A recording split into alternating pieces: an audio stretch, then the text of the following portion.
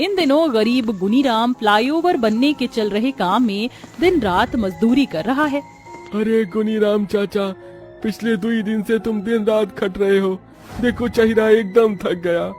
क्या करूं राजू, एक तो कोई मुझे काम देता नहीं, बड़ी मुश्किल से तो मुझ बूढ़े को गरीब मजदूर को काम मिला है, इसलिए डबल दिहाड़ी लगा रहा हूँ।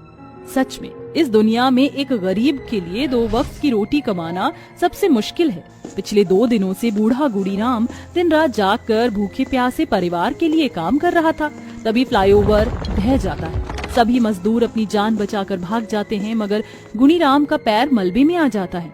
उसे अस्पताल ले जाया जाता है, जहां जानकी और उसकी दोनों बेटियां अनु पूनम आंखों में आंसू लिए वहां आती हैं और एक पैर कटा देखकर आपा खो देती हैं।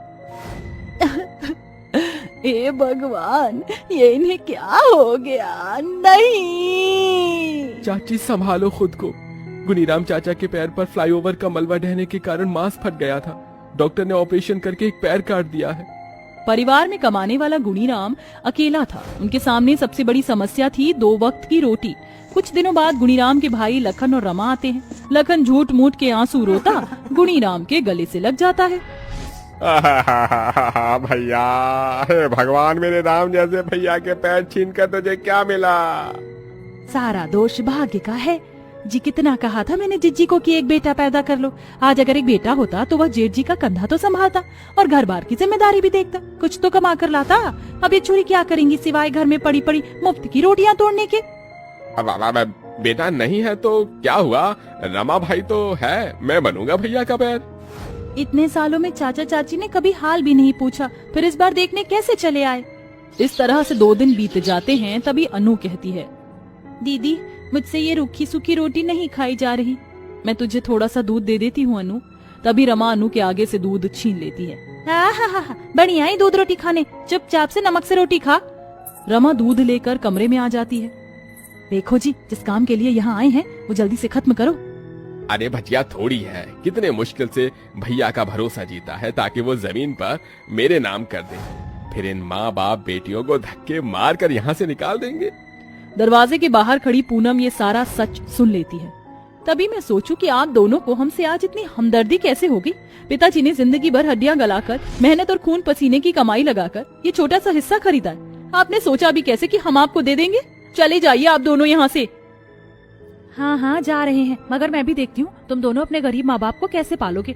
कल को तू खुद दाने दाने के लिए हमारे दरवाजे पर भीख मांगने आएगी पूनम, वरना तुम्हें खिलाने की चिंता छाती पर लिए जेठ जी मर न जाए। अपने बूढ़े माँ बाप को देख देख कर वह गरीब बेटी रात भर तकिए को भिगोती है। इस घर की बेटी होने के नाते मुझे अपने माँ बाप की जिम्मेदारी खुद ही उठानी होगी। मुझे कुछ न कुछ काम करना होगा। अगले सुबह होते ही वह गरीब बेटी अपने माँ बाप के पैर छू कर कहती है, माँ बाबूजी, आज मुझे आप दोनों के आशीर्वाद की बहुत जरूरत है।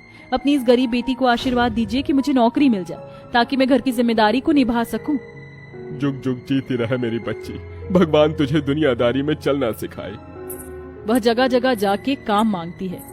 जी नमस्ते, मेरा नाम पूनम है, मुझे काम की बहुत जरूरत है, मुझे इस ऑफिस में काम दे दीजिए। ऑफिस का मैनेजर उसे सर से पांव तक घूरते हुए बोलता है, ये हाई फाई ऑफिस है और देखने से तुम ज्यादा पढ़ी लिखी भी नहीं, तुम्हारे मतलब का काम नहीं है यहाँ। हाँ, मगर मेरे फ्लैट में तुम्हारे लिए काम मिल जाएगा, सफाई का। अकेले रहता हूँ। पूनम को उसके इरादे भांपते देर नहीं लगती। वह बेचारी दिन भर बहुत सी जगह काम ढूंढने जाती। आखिर में उसे एक फैक्ट्री में काम मिलता है। देखो बेटी, तुम्हें इस फैक्ट्री में काम तो मिल जाएगा, तनख्वाह 10,000 रहेगी, जो महीने के आखिर में ही मिलती है। मुझे मंजूर है, फिलहाल मुझे इस नौकरी की बहुत जरूरत है। नौकरी के पहले दिन से पूनम मन लगाकर पूरी ईमानदारी और मेहनत से काम करती है और घर आकर एक बेटी की जिम्मेदारी भी निभाती है। एक दिन वह अपने पिता को फटे कुर्ते में देखती है। अरे जानकी, मेरा ये कुर्ता सी देना, देखो ना फिर से इसकी सिलाई उधड़ गई है। अजी, अब और कितने दिन ये कुर्ता पैजामा पहनेंगे, जगह जगह से सिला हुआ है। अरे भाग्यवान, तुम्हारी भी तो चप्पल एकदम घिस गई है और फिर तुम भी तो फटी साड़ी में दिन ये काट रही हो। पहले ही हमारी गरीब बेटी इतना कर रही है और मैं उस पर और बोझ नहीं बनना चाहता। पूनम अपने गरीब माँ बाप की दुविधाओं को सुन लेती है और अंदर ही अंदर टूट कर रोते हुए कहती है, पिताजी के पास बस 2 जोड़ी कपड़े थे, दोनों कुर्ते फट गए हैं, माँ की चप्पल भी एकदम घिस गई है। सच में औलाद माँ बाप को कितना लाचार कर देती है ना। तो वह अपने तन पर एक जोड़ी कपड़ा खरीदते हैं न चप्पल। बस कुछ दिनों की बात है, अपनी पहली कमाई मिलते ही मैं घर की सारी जरूरत को पूरा करूंगी। इसी तरह से समय गुजरता और पूनम को काम करते 1 महीना हो जाता है। सभी मजदूरों को उस दिन पैसे मिलते हैं। ये लो पूनम बिटिया, तुम्हारी मेहनत की कमाई। तुमने अपना काम पूरी ईमानदारी और मेहनत से किया है, इसलिए मैंने तुम्हारी जगह बदल दी है। अब आज से तुम पूरी फैक्ट्री का हिसाब किताब देखोगी। अपनी ईमानदारी, खुददारी और मेहनत से उस गरीब की बेटी का ओहदा बदल जाता है और अपनी जिंदगी की पहली कमाई अपने हाथों में देखकर उसकी आंखों में खुशी के आंसू भर आते हैं।